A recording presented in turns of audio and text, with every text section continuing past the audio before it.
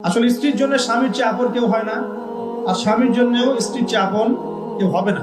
স্ত্রীকে নিয়ে মাঝে মাঝে আকাশের তারা দেখবেন, এটা সুন্নত।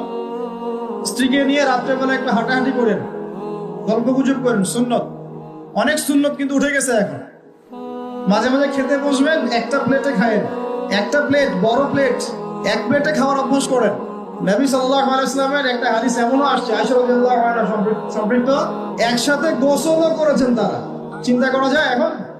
একসাথে গোসলও করেছেন। আয়েশা রাদিয়াল্লাহু আনহা বলতেন যে আমার হাতের সাথে নবী সাল্লাল্লাহু আলাইহি ওয়াসাল্লামের হাত টাচ লাগতেছিল পানি নেওয়ার সময়। আমরা কারাগারি করতেছি পানি নেওয়ার সময়, কে আগে পানি নিবে।